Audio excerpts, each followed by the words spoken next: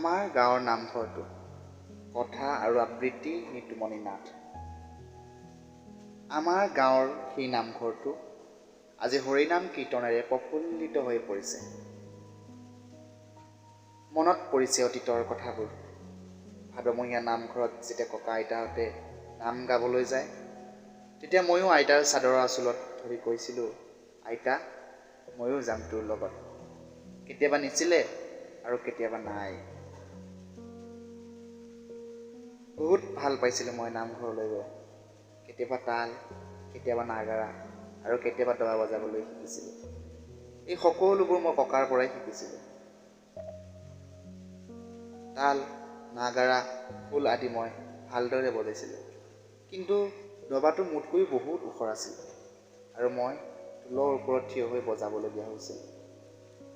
ওচৰতে বহা খুৰীহঁতে মোক দেখি হাঁহিছিল আৰু মই একান্ত মনেৰে দবা বজাই গৈছিলোঁ। আজি আকৌ সেই নামঘৰটো হৰিনাম কীৰ্তনেৰে প্ৰফুল্লিত হৈ পৰিছে।